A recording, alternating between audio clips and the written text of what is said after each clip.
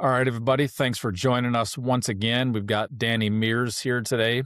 Danny, appreciate you joining us. Thanks for Cool thing is that you responded to the clip of John here talking about the 18-inch rule and the importance of that, and how for you and your National Guard unit working on the C-130 Hercules, which you affectionately refer to as the Herc. Yep. Yeah, glad to get you on here. Sounds like that's going to be something that you can implement as far as driving up the maintenance standard for your maintainers there. So appreciate you joining us. Yeah. Thanks for having me, man. Yeah. It's great talk. Well, yeah, sounds like you've been around. I forgot how many years. Isn't it like 25 years or somewhere in that area now? It'll be 27 in May here. So yeah, I'm getting a little salt and pepper here with the eight. Mm-hmm.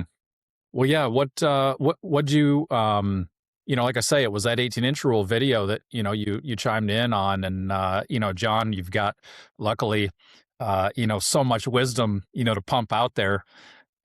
Makes my job easy because I can just shut up and let other people talk. But Danny, yeah, what got your attention with that? Obviously, the 18-inch rule makes sense to you, but looking around at your unit and how that could play a factor in helping your guys progress in their maintenance abilities, what spoke to you there? So we'll start off with kind of the basics. The attrition of personnel that we have, we're getting younger and younger and younger right now. When I got in, I was with Vietnam vets that had, each of them had 30 years of service, and they've just been around forever. And now it seems like the average mechanic is probably 22, 23 years old right now. It's just, we're getting younger as we press on with time, and as the older guys go, there are more newer ones ready to go, but they don't have the experience. They don't have 3, 4, 5 deployments under their belt. So I need them to think about their work in the mind as a mechanic instead of just in the mind of the black and white book, the tech order. I want them to actively connect with the aircraft and think, if they have an issue, what could be the cause? Is the what are the possible angles I could go down to find this fix? I know we have troubleshooting charts and such like that, but I want them to think before they even open them up, know the next step of what can cause the issue. So we had a physical panel situation where a panel did some damage. It wasn't secured, and the problem is there was no inspection criteria for that panel itself at the time, but there was for a panel 2 feet away. And so the 18-inch rule, which I was taught when I was a mechanic, they don't seem to teach it right now in schools. When I heard about this situation, it came to my desk, and I thought, if you had the mind of the 18-inch rule, if you had the mindset of looking at that 18-inch rule, you would have seen it. But they were just focused on the panel in front of them, and that was it. And so I went and started digging for this 18-inch rule, and only a few of us around my time frame have heard this. The newer ones really haven't been taught, and even some of the older ones weren't taught this. So when I went and did the dive, started Googling it, I didn't come up with much because there isn't much written about it, quite honestly. There are other different 18-inch rules, but nothing about the one that we're talking about here. And it just so happened 1 week ago, the top hit on Google 1 week ago was John talking about the 18-inch rule, on Instagram. And I clicked on it. This is perfect. You said it perfect, John. Absolutely perfect. What I needed my guys to hear. And so I first thing I reached out to you guys, like, hey, is there any way I can get this in front of my guys I want them to see John explain this. Also trying to get the get an instructional put out on paper, because there's I think one F-18 unit that has it on paper and nothing else. It was very slim pickings when it comes to actually writing this down, even though everybody knows it to be a good practice, a good solid practice. Yeah, it's not. It could be subjective. It could be something that is translated different by the different mechanic. But all in all, it's a good practice. Uh, look around what you're doing, make sure everything is kosher, especially behind a panel that is not opened up all the time. There might be something else if it's not on the inspection criteria, the daily pre-flight inspection criteria. Maybe you have FOD damage. Maybe you have a little FOD in there from doing your work. Maybe you dropped a washer.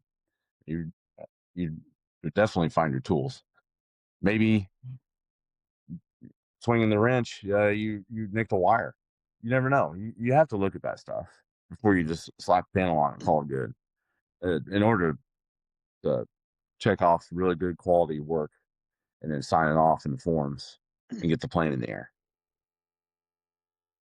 That's an interesting thing that I guess it's just one of these best practices that is like informally passed along from maintainer to Mhm. maintainer, and not written anywhere, which is so puts even more responsibility on the maintainer in that process. But luckily you're taking action and implementing something like this. So, John, if you don't mind, just kind of restating, just in case anybody didn't catch that clip, if you could give us your quick little descriptor of the 18-inch rule.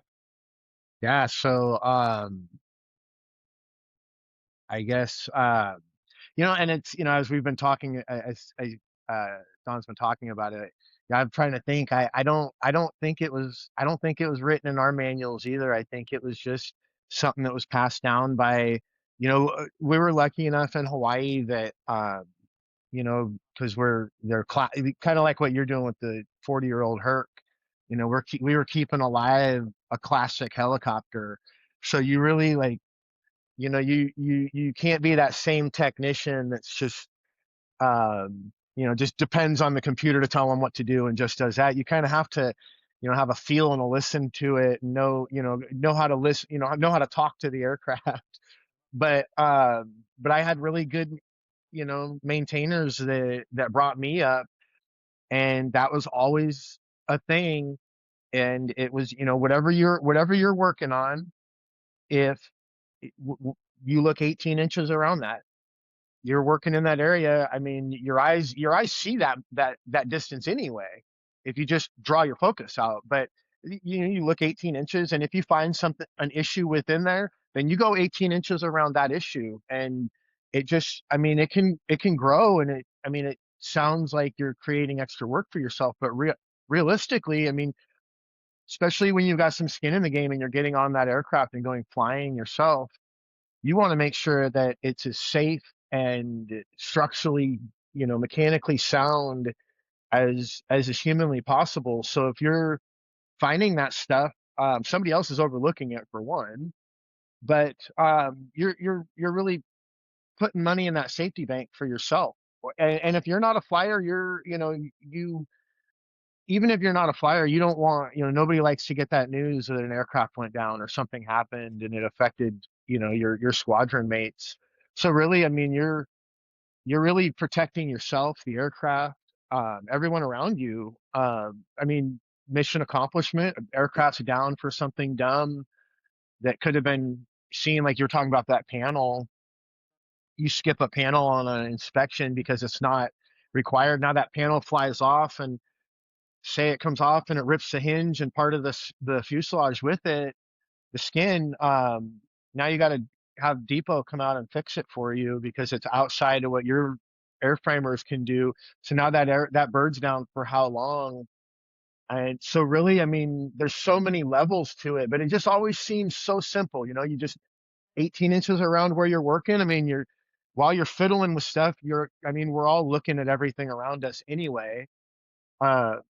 It just seems simple. And I mean, like you had said, maybe you nick a wire. Nobody wants to go and have to tell Avi, hey, I jacked up one of your wires, but it also has to get done. Or hey, I found one of your wires messed up. Maybe there's a piece of safety wire that's disconnected. And I mean, I've found stuff that you look in there and that it's been months that it's been like that.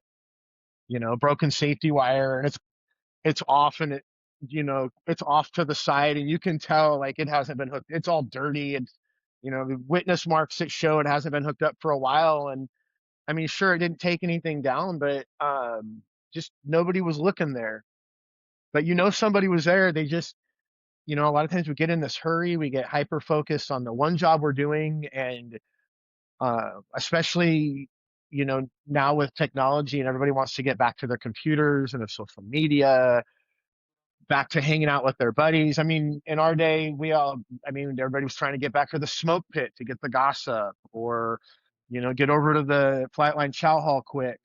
And so they're hurrying along instead of really doing the work. We forget that we're getting paid 24 hours a day to work for the military.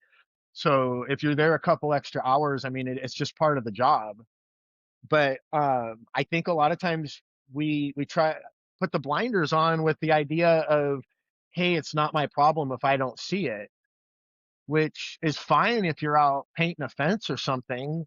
I mean, nobody's going to die there, but you just it's hard to you know get these younger maintenance crews to understand, like, just the gravity of what they're doing and how much attention it actually requires, and get them to buy into it. Yeah, thanks. So I guess, Danny, if you want to jump into your history as far as, and John, thanks for sharing that, just so everybody's got a quick refresher on that. If you want to jump into your history, how you ended up in aviation. Sounds like it came as a slight surprise that you weren't going to college, or at least that context was shared with you. Then so you decided, okay, go check out what they're doing on the Air National Guard base. Yeah, I used to be pretty smart, I guess, as a high school kid. And I was going to go to engineering school, and I got in, and my parents were like, well, we didn't exactly save money for you for college. You're gonna have to figure that one out. So they told me, about the military, and so I went and checked out all the branches, and I was getting ready to go one direction, and my old man's like, hey, before you go check out this Air National Guard base, which is 10 minutes from the house. And so I made the deal. I'll at least go check it out before I sign up for anything. And I went, and it was a great time. Like I said, all these old heads from Vietnam were there still, and they just had great attitudes, knuckle busters, and I really kind of fell in love with that place and that job, and it really switched my attitude, my eyes, as I was coming out of high school. So I got in, started going to college, getting it paid for finally.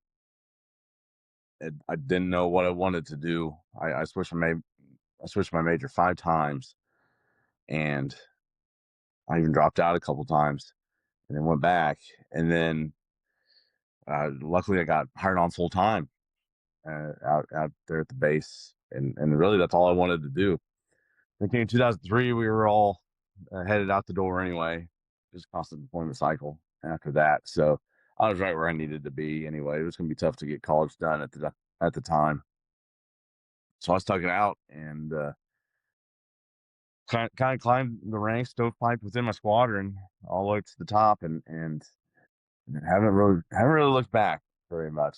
Yeah, you have good days and bad days. If you're an aircraft mechanic and you never had a bad day, then, like, if you've never cussed or wanted to throw a wrench across the flight line, you've had really, really blissful luck throughout your years, because that's just the cold hard truths of the aircraft. They humble you, and they treat you just like other people treat you. Murphy's Law applies. It's kind of crazy. 20 almost 27 years of that type of life, of having your heart broke, of blood, sweat, and tears, of 4 to 6 hours of a day going towards mission generation, just to have it cancel. All the weather. I remember I was in Minot, North Dakota in January one time. It was 41 below wind chill. And then just a couple months later, I was in Qatar, LED'd. It was about 130 on the ramp on that asphalt. It's, I mean, your body's telling you that's 170 degrees difference right there in the exact same job. Kind of wild. Several deployments under the belt. Probably another one sometime soon. Who knows?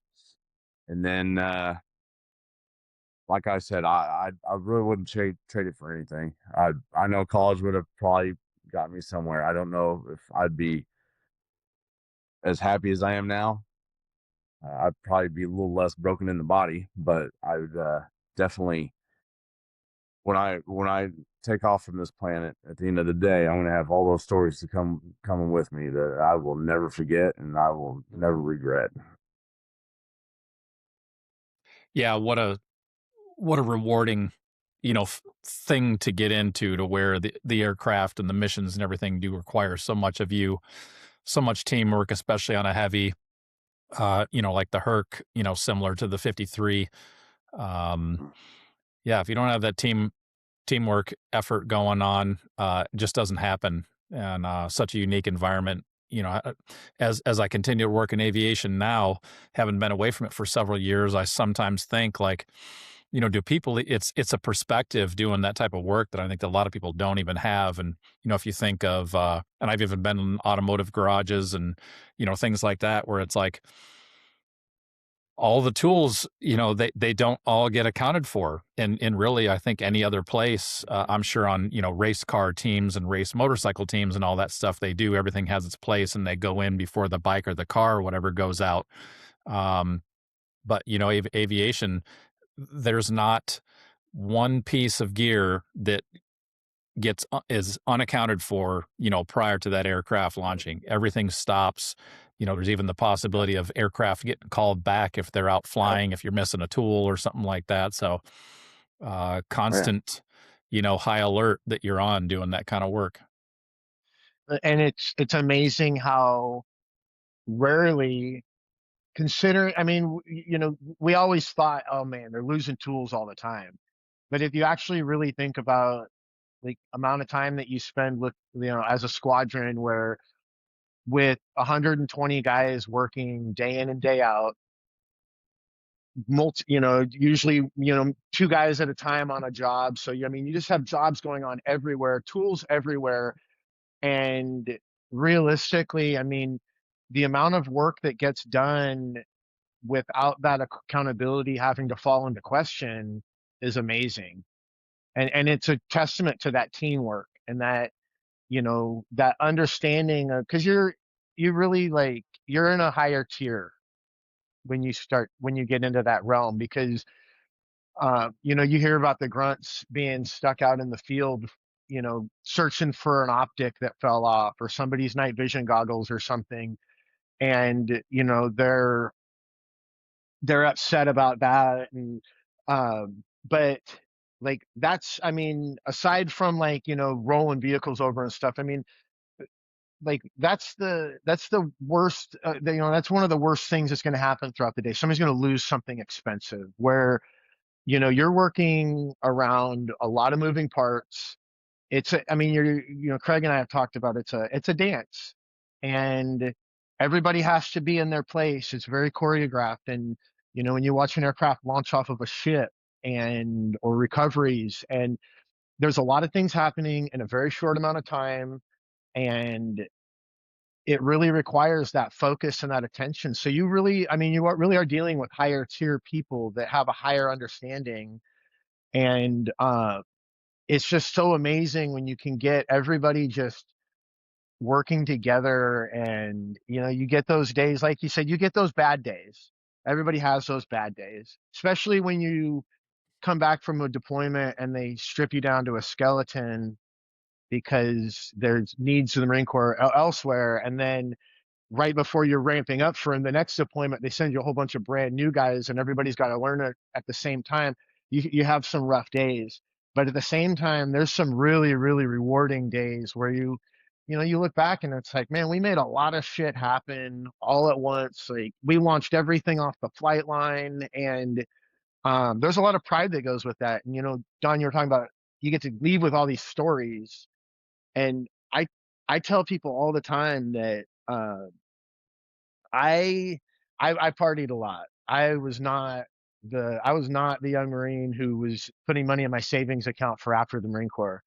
I mean, I had it in my head that I was probably going to get. I was probably not going to. I didn't plan for anything past 30. And I like to ride the edge, so I figured one of the helicopters was probably going to take me out. So I didn't plan for anything afterwards. But with that, you're in Singapore, you're in Thailand, you're in Japan, you're in all these different places, and the amount of memories and good times I have with the most ragtag group of people, you can't you can't buy those. I have friends that are very well off, and they did very good at being diligent at working and saving money, but they don't have the stories. And at the end of the day, uh, you can't take any of it with you. We leave this place the same way we come in. So if you,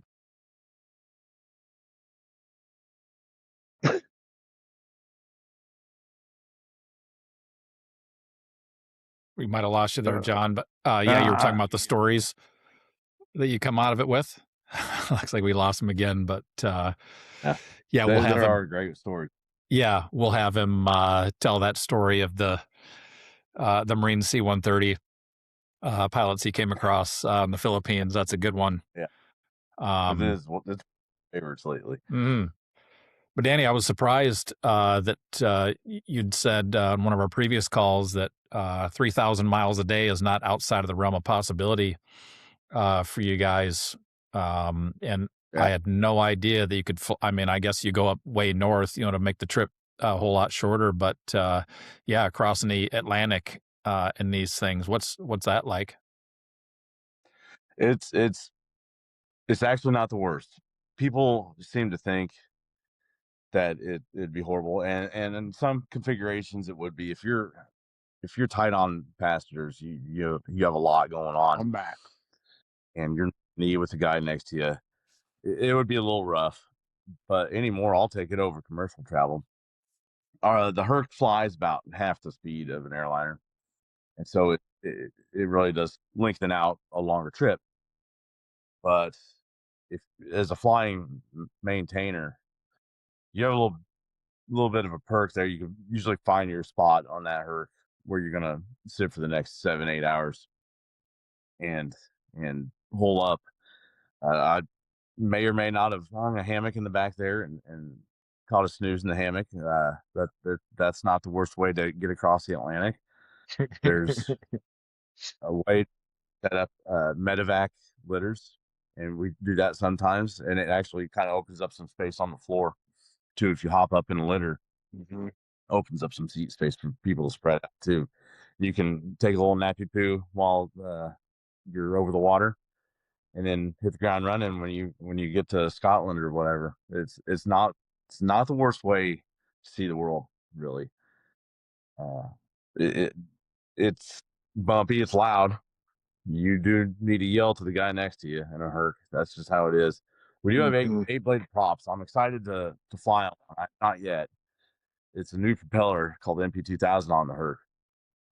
Way quieter, and so it should drop the decibels in the back there, just at least a little bit. I'd like to see what that's like. And but still, nowadays you have an iPad or whatever, you can watch some movies, download some Netflix before you take off. That makes it go by pretty quick too. We have an oven. I've seen quite a few things, quite a few dishes from quite a few places, cooked in that little about 6-inch by 9-inch oven. It's not much bigger than that. I'm not exactly sure the specs there. You know, I'm more of a chunky soup guy. You pop a can, throw it in there for 10 minutes, and then just hold it with your gloves, eat out of the can. But I've seen some pretty crazy herc chefs in my years. These guys get creative with what they can do with that weird food, some ingredients, and some foil. But yeah, all in all, it's a great experience. I know most people don't like the herc. They don't like flying in the back of that thing, but once you've done it a while, you figure out your hole and you figure out your niche and how to maximize your space. It's not bad. It really isn't. It's one of Well, you know, it seems like the Herc, and in some ways, like the 53, is not necessarily a high profile, you know, super cool mission or something like that. You know, it's not like a fighter jet or something like that. But at the same time, nobody's upset to get their supplies, you know, when they come in, or if they get, you know, airlifted out of wherever it is that they're at. They're not unhappy to get that ride. So maybe it's a slightly thankless, you know, undertaking, and you're not always in the forefront of being the cool guys necessarily, but absolutely necessary. Needless to say. I work with we work somewhat closely with the 131st out of Whiteman. They're the B2 guys, and yeah, they have a really cool mission. I mean, it's awesome. Everybody likes to picture the B2 or a T-shirt or a hat with the B2 on it. Everybody likes seeing it fly over Arrowhead Stadium for the Chiefs game.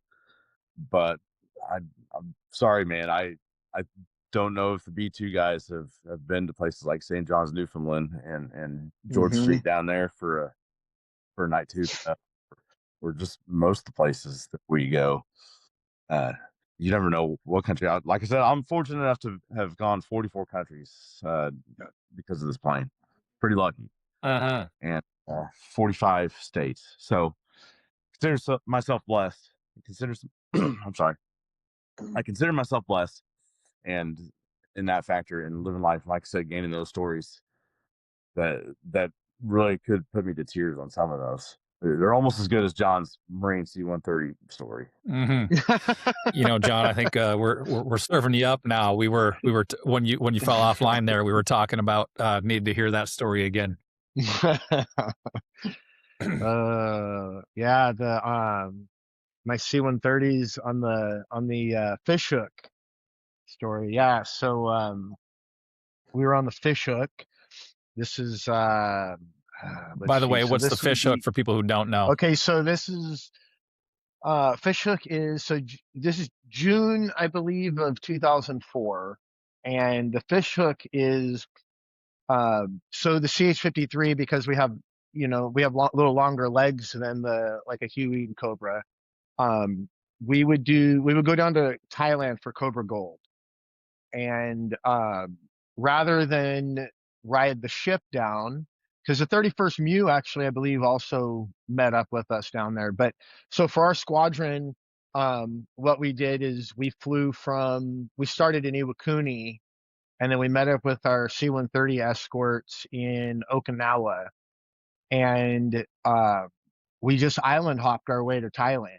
Well, most of us did. I didn't make it to Thailand. I was part of my crew was we were like the maintenance crew, basically. We had a test pilot, and I was flightline CDI. We had an airframe CDI riding in the back with us, an AVI CDI. So we had a crew so that if somebody else's aircraft broke, we gave them our aircraft and we stayed with the broken one. And that happens a lot with an old plane. But once you fly down, at this point, we had, they were in Afghanistan and Iraq. So the Philippines and some of these islands were considered hostile areas. And so we all get issued our 9mm, and we're going to fly with them. And, nobody gave us any guidance that we were supposed to be leaving them in the aircraft and leaving. if we, the guidance always stood that if you left your firearms or if you had guns in the doors or whatever, if you leave firearms in the aircraft, uh, you leave a guard back there with it. There's somebody with the aircraft at all times. Well, we were taking them with us, so we didn't need to leave anybody at the aircraft. So we walked in. We were in Philippines at Clark Air Force Base, and I don't know if you've ever been there, but it's a hangar, kind of. It's like a pole barn hangar. But you go in, and there's everything from wooden airplane models to Lumpia to a guy, motorcycle Mike, selling you these giant knives that he makes out of old leaf springs. So my aerial observer was this kid named Barnyard. His name's Brian J. Bush, but we called him Barnyard. And so Barnyard and I, we were super close friends and just hung out all the time. So we're together and we're just doing our normal thing in there and waiting in line for our food. We order it up and we're waiting for them to hand it off to us. And I don't know where this guy walks up. Don't see his rank at first, but he's like, "You guys must have lost your minds. What's wrong with you?" And I'm like, "What are you talking about?" And he slaps the pistol and he's like, "What's up with this?" I'm like, "Well, it's 9mm, they issued it to me." He goes, "Well, what are you doing with it?" And I'm like, "Well, they gave it to me. I put it in the holster and here we are." I mean, I don't know what the line of where we're trying to go with this line of questioning. And the guy's like, "Well, why is it in the hangar with you?" I'm like, "Well, it doesn't do me any good if I don't have it on me." And it's like, kind of like it doesn't do me any good. It's just a paperweight if it's unloaded. And so he's going off about it. Well, then he notices that Barnyard also has this pistol on him. And now the other guy in front of us, and he doesn't know the other guy in front of us is a major. That's our pilot. Major Tarasi is in front of us. And he turns around and this captain's like, "Oh, this fucking guy here too." And so then the majors, at this point we realize this guy's a captain. He's one of the C-130 pilots and he's just none too happy with us. And the major tells him to get bent and find his way back to his own aircraft and leave us alone. We go back on about our day. And now mind you, this is the beginning of the day. So we're just getting ready to go. We had just pulled blade ropes and fueled up. We're getting ready to launch. So we go out, we take our food out there and we launch and we get down to Kota Kinabalu, Malaysia, end of the day. And we fly in and actually our aircraft, we come in with one engine because we lost a fuel control. So we end up being the airplane we got to stay behind with. But we get in, we get tied down, we get out onto the bus and we get headed out. And we're in, third world traffic.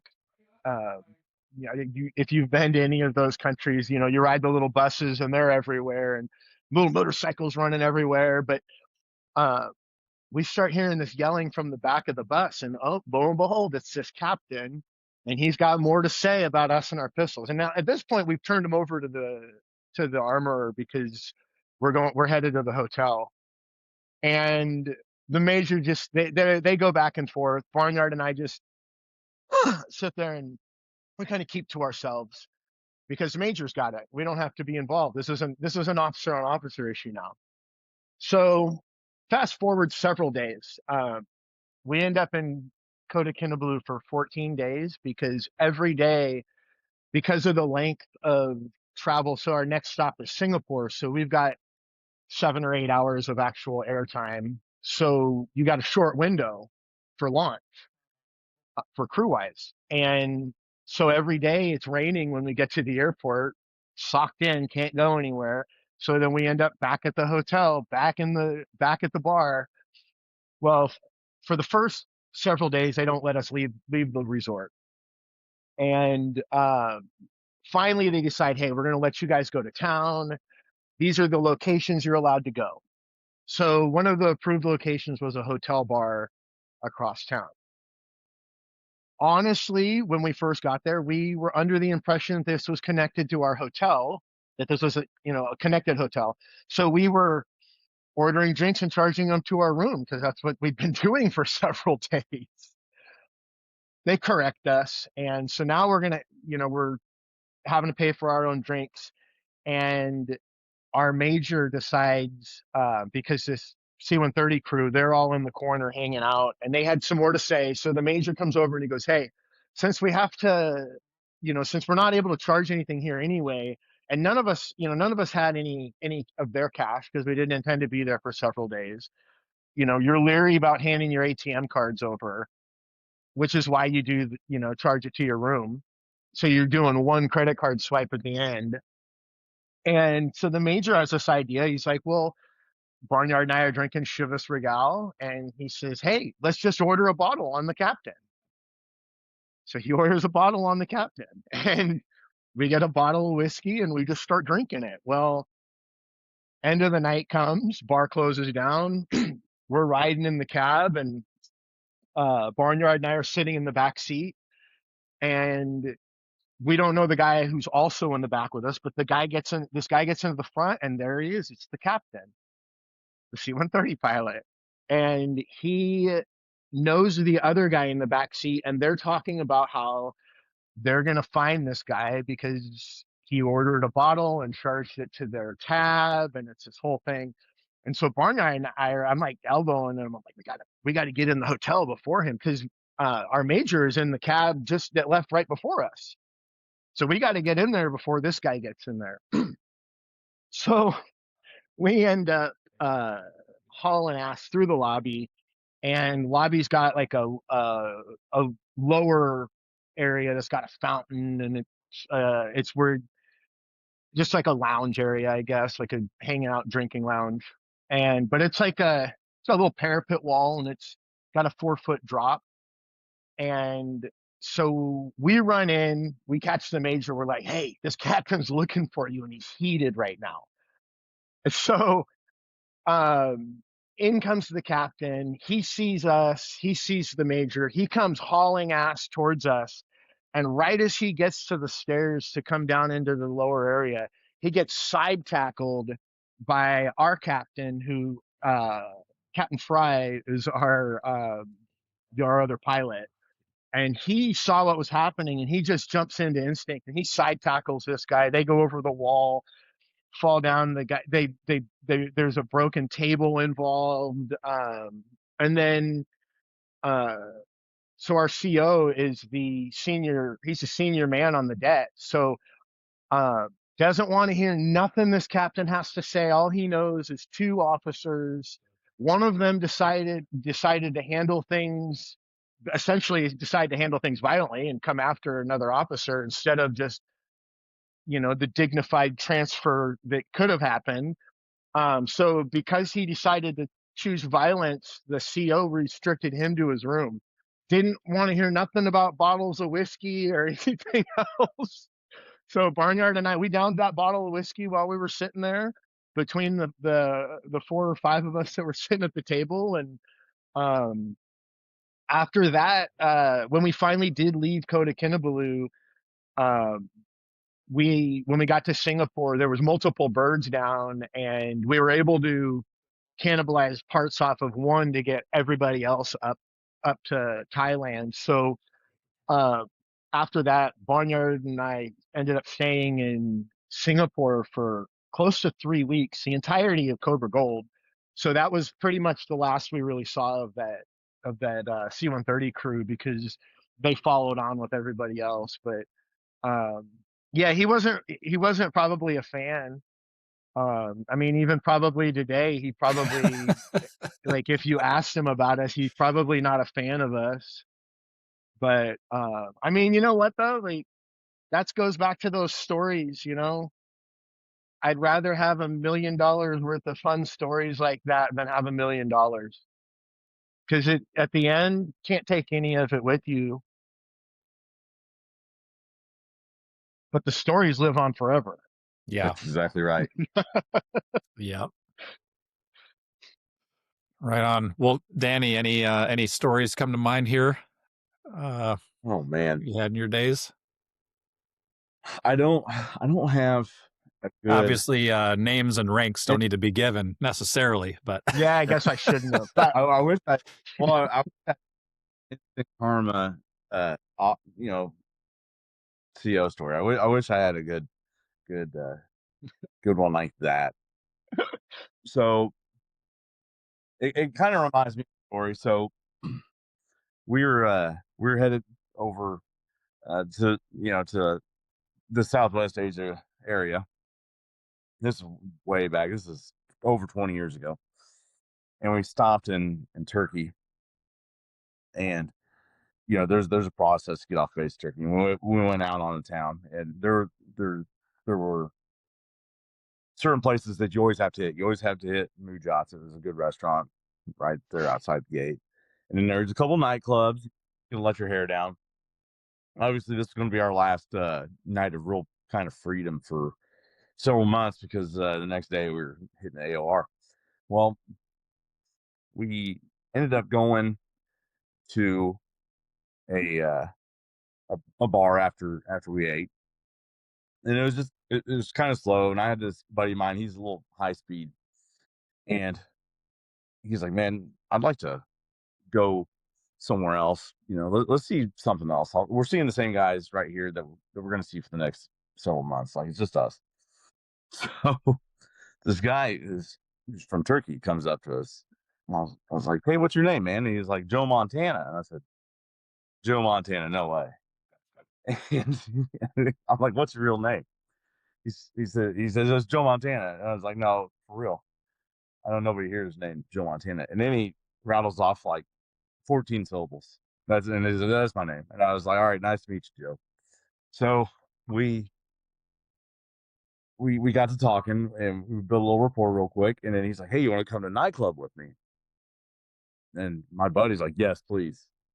I was like, I'll probably tag along, because you don't want anybody going solo in a country in a country like that. No matter what, you got to do the wing concept. So he takes us off the main drag of the road where all the bars and stuff, and we're going down this alley, and it gets smaller and smaller and smaller, and there's to the point where there's clotheslines and stuff across, and there's these little storefronts.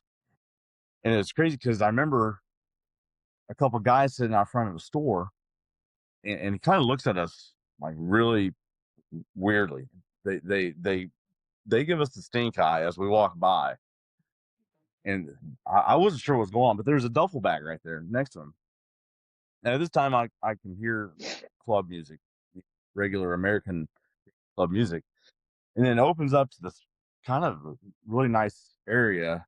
It's still outside with a huge fountain in the middle of it, and then you go up the staircase along the building. It's kind of a curved building. You go up the staircase, you go to this door, and it was it was wild, because it had the little door where you can open up and just peek your head out. Like, this is wild. Never, it was my first time. So I figured maybe this is normal. So we go in to the club, and it's just my buddy. It looked like a really cool dance club. It had like the lights under the floor with the glass floor, something you didn't see very often back then. And of course, music just blaring.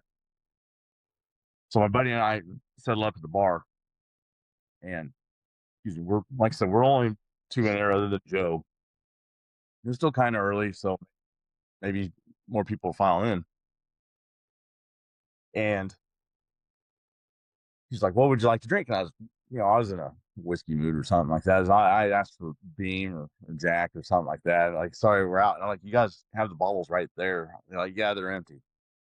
And then I asked for like 2 or 3 things. They're like, "No, we don't have that either." All right, man. He's like, "You want Corona?" It's like, "Yeah, I'll do a Corona." So we both did Coronas, and I handed him a 20, and he said, "I'll be back with your change." Well, he goes out the door, and he apparently locks the door. Well, he's gone for quite a while. So I'm sitting there, uh, getting bored. Like I said, we're shooting the shit, but it's nothing going on. And so I finally go behind the bar to see what's going on in the bar. All there is, I opened the cooler. All there is Corona. He could have told us that 20 minutes ago. This was just going to be Corona. So, and he didn't have lines. So, anywho, finally, I hear this banging on the door, and I can't figure out the lock. Like, I don't know how it's locked. And there's 2 or 3 different locks on there, but I think you needed a key to do it. So we're literally locked in this place. But I opened up that little peephole thing and stuck my head out there. It's my buddies. It's like the whole rest of our crew. I'm like, what the hell are you doing in there? I'm like, hey, we're locked in here. I'm waiting on change for 2 Coronas. I paid $20. He's like, open the door. It's like, I can't open the door. So we wait just a couple more minutes. We're talking through this hole. And finally the guy comes back, bartender comes back with my change. And as soon as he touches that door, my buddy just grabs him up by the shirt and throws him over the wall. It's like, hey, you're giving this guy his fucking change and we're getting the fuck out of here. so we gather up. By then my Corona bottle was dry. I mean, it wasn't, it was drank 10 minutes before this guy got back. So we all settle back up, or we're back together, and we walk back out. And we walk back out. There's 2 guys in fatigues and with AKs next to this duffel bag, and they're all kind of talking and stuff. And we get back to base. There are a couple other fun little side moments to that story. We'll skip those. And we get back, and we get to our base in the OR, and our sister unit's behind us a couple days. And so I had a buddy that came in on that hurt from a different unit, and I think it was a Texas unit. And he came in, and I was like, "Hey man, how did you trip over? How was Turkey?" It's like, "Turkey sucked." I'm like, "Are you kidding me? Turkey sucked?" And he's like, "Yeah, I mean, we didn't get to go off base." I'm like, "Why didn't you go off base?" Like, yeah, they said we were restricted because they found on an alleyway, they found a duffel bag of 125 pounds of dynamite and nails on an alleyway out in town. And there weren't very many alleyways, very many duffel bags out in the alleyways. So I'm pretty sure we were probably 3 or 4 feet away from this big old IED, I guess you'd call it, as we walked by. And it was, you had no idea. You have no idea what the setup was, being locked in that club with all that stuff going on. That could have gotten hairy. So pretty glad that we got out of that situation.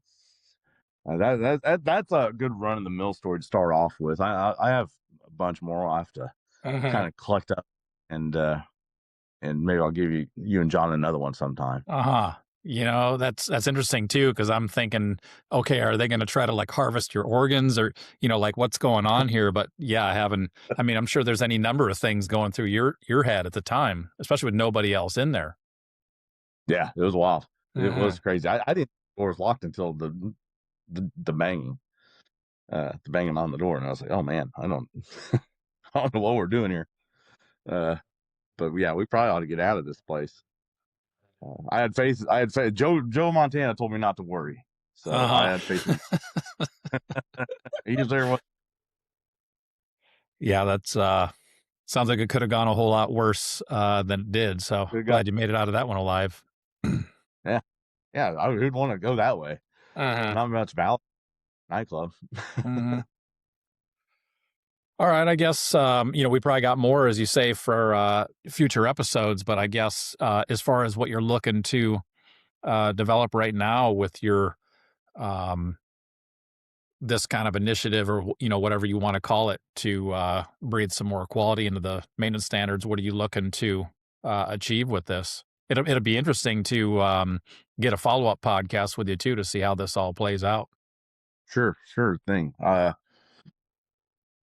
For certain, I'm interested in giving you guys an update anytime you want one. My focus and my intent for this definitely is, and I always use the term, get your eye on the ball, get the mechanic eye on the ball, make sure they're focused on the right things, not just fulfilling the duty of showing up to work and reading checklists and making sure you're squared away off the flight line, but get that kinetic mind going about what the true discrepancy is that's holding us up from making the mission. I think it was right before the first time we talked. I had an issue where we had a battery discharge light coming on, and obviously the battery was probably dumping over. And I asked, these were pretty seasoned mechanics. I said, well, what were the battery? You can check the volts of the battery on the aircraft on the flight deck. And I asked, what were the battery volts? Oh, we didn't check. I'm like, what do you mean you didn't check? Like, that's the first thing I would do. Like, as a mechanic, if you see your battery discharge light is on, is the faulty light, is the fault switch, or going to be some of the battery? Well, a 5 second, not even 5 second switch, 18 inches away from that light is a battery gauge that you can flip over and check your volts. Would definitely tell you the story. And it ended up being that they ended up having to put 2 different parts towards this thing. They got the incorrect part the first time fixing this, and the discrepancy came back. So I really want to get the focus on the quality of work, not just what's in the checklist. I also have a plan. Smithsonian Channel has a show called Air Disasters on it, and I've watched several episodes. I went to the AMIC course, the Aircraft Mishap Investigation course for the Air Force. I went to that a couple years ago, and leading up to that, of course, I just kind of did some work on crash investigation, and Air Disasters popped on the Hulu. So I watched a few episodes of that. I'm going to try to get some maintenance centric causal mishaps, and we're going to probably pop some popcorn, chill for an hour, watch an episode, have a little long lunch, have a good breakout afterwards, chop up the similarities of what this mechanic saw before this mishap, the stresses, the whatever similarities you can find out of that episode, and tie it to our day-to-day, and try to draw the comparisons there to where we're not that far off of what this guy's life was before this mishap. So I really want to, like I said, keep the eye on the ball, keep the attention on the quality work, and really, in a way, without it happening to us, show what bad practices can lead to.